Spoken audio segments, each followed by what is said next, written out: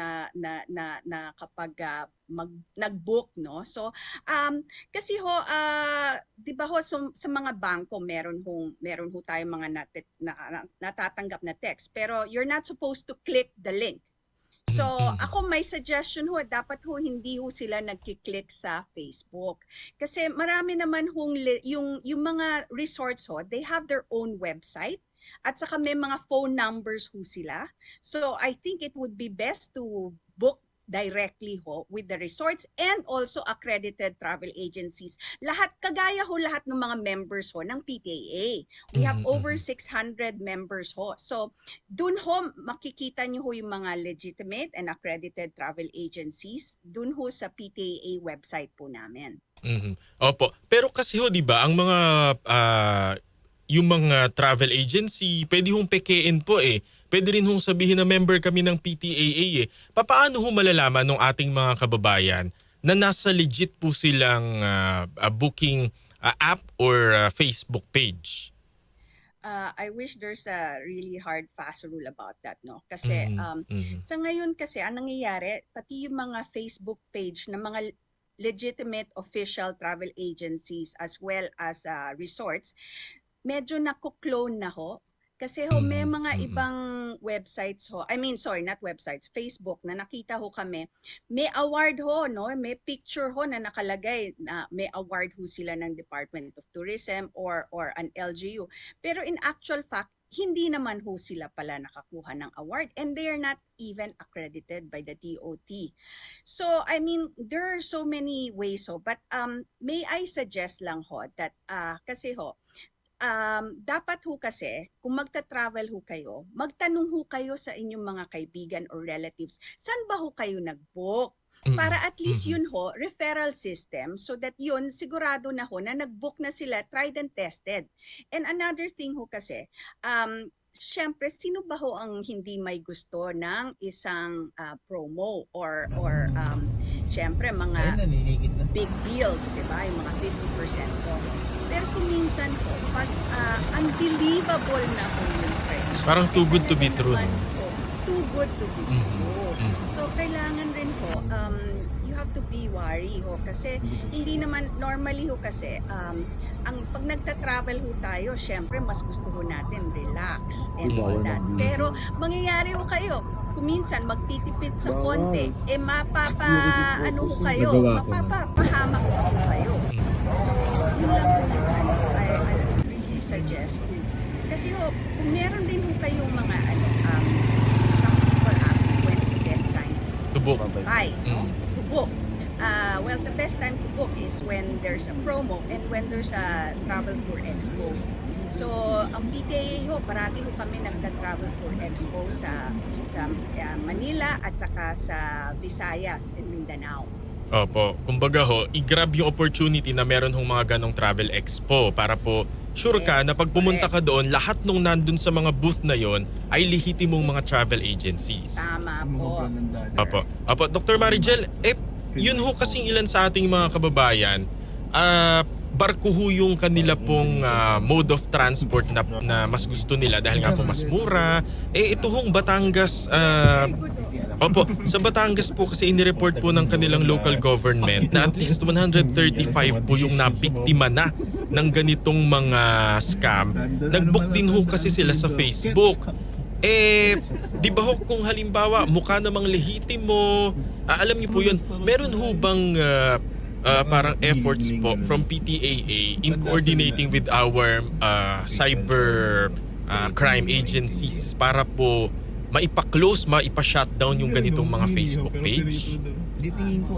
So right now ho, we PTAA nag-launch kami ngayon ng PTAA legal hotline for mga scammers, mga travel scams at saka so dun sa Facebook page ho namin, meron kasi kaming going to launch it this month actually. We're going to launch that you can actually ask help from our legal team to be able to complain. The best way kasi is dapat mag-screenshot sila tapos lahat ng mga nangyari kailangan ho yun para i-report ho sa NBI or PNP Cybercrime as well as DTI. But sometimes ho kasi syempre mahabang proseso rin ho yun. So I don't want also to be too negative or positive about it. Pero ang best ho kasi is to avoid it in the first place. Yun ho yung talagang pinaka mas magaling. Ang suggestion ko kasi is wag ho mag last minute The na booking. bookings. Opo. Oo. Dapat ho, you have to book way ahead. Kasi ho, pag mga last minute bookings, dun ho tayo nadadali. Kasi ho, yung mga fake scammers, yung mga travel scams ho, yung mga fake accounts, parati hong minamadali. Kailangan ho, isang room na lang ho. Kailangan ho mag-book kayo at magbayad right here, right now. Doon ho tayo nadadali kasi nagmamadali ho tayo. Naku, sayang ho yung promo. Paano ho mangyayari ito? Kailangan magbayad agad tayo. Opo. Pag-usapan din po natin dahil po summer season na at marami po sa ating mga kababayan ang wala akong pasok sa paaralan yung mga anak. Kamusta po ang estado ng ating turismo sa Pilipinas? Gayun pong tumaas po ang pamasahe sa eroplano at yun nga po mataas po ang gasolina. Kamusta po? Status quo po ba o medyo nag-decline po yung mga nagpapabook, mga nagbabakasyon? I think ang nag-decline lang po yung mga long haul. Yung mga papunta sa mga Middle East or sa Europe. But within the region and like what you are suggesting, yung Bacoor, yung ganon, that is the best. That's a different kind of fuel. Iba ho yung fuel na ginagamit nila. So, we have 7,626 islands. So, ang dami-dami po talagang options natin. Pwede po kayo mag-island hopping with Rani. Ang dami naman po natin mga like what you said, yung mga Bacoor na pwede po mag-island, mag-Roro. I mean, Yes. Ang dami-dami po mga options. And our Philippines is such a beautiful island. Correct. Opo. Pero sa inyo pong point of view, ma'am, sa PTAA, yun ho yung inyong, kumbaga po nagkakaisang statement na hindi po naapektuhan ang ating turismo despite the oil crisis po? No, what our stand is definitely that there has been some cancellations. Okay. But this doesn't mean that there's really no people traveling. What is happening is that they are rerouting to other places. So, imbis na pupunta sila sa Europe, biglang pupunta sila sa Australia o New Zealand. Oh, tapos, so imbis na kunyari sa mga mas malalayong lugar sila, nagdo-domestic travel sila. But of course, I believe that travel kasi is not only a luxury anymore.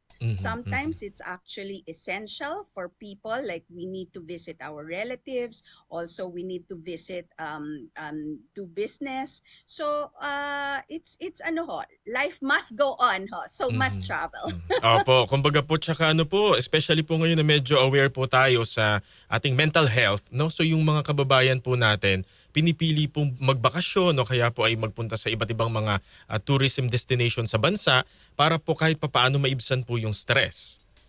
Yes. So, ito nga ho So, para iwas para ho for our mental health also, I would really suggest that you book through accredited and legitimate travel agencies. Kasi ho, I would suggest first is, ito ho yung tip ko sa kanila.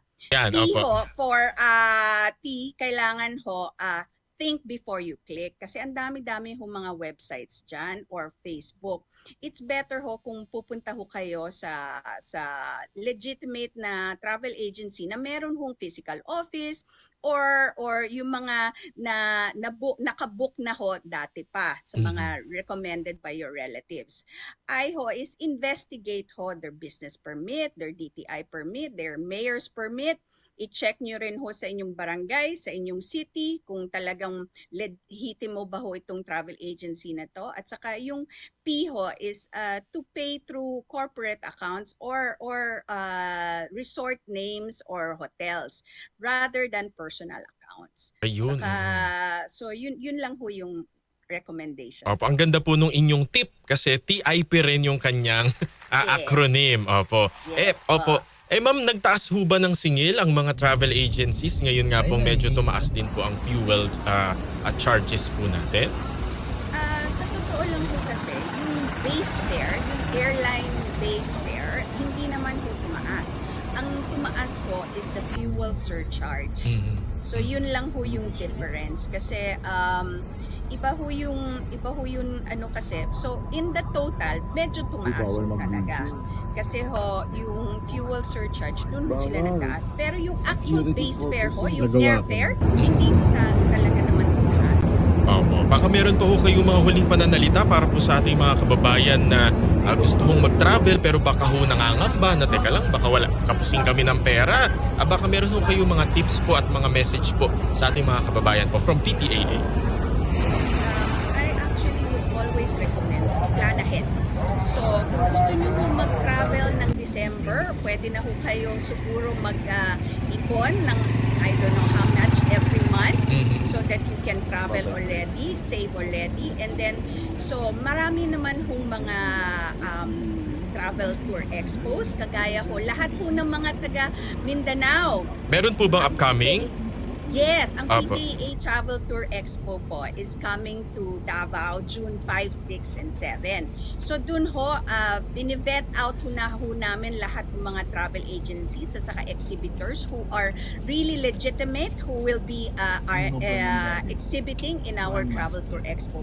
At dun ho, yung mga aming mga sponsors like Philippine Airlines will be giving the best fares, as well as yung BPI rin ho kasi will also be doing some promos na installment or buy now, pay later, yung mga ganon ho. So, Opo. yun po. Opo, maraming salamat po, ma'am. Dr. Evangeline Tanquiang Manotok, maraming salamat po maging sa PTAA. Thank you very much po. Maraming salamat po, Ma'am Marigel. Thank you po, Dr. Evangeline Tanquiang Manotok. Siya po ang chairperson ng Philippine Travel Agencies Association. Marami ho yung paksang na pag-usapan natin. Isa ho siguro sa mga tips niya kanina, yung TIP. Think before you click, investigate, tsaka pay through corporate account para hindi ho tayo mabiktima ng scam sa pagbubuk po ng inyong mga biyahe ngayong summer season o anuman pong panahon ngayong taong ito. Diyan lang po kayo. Magbabalik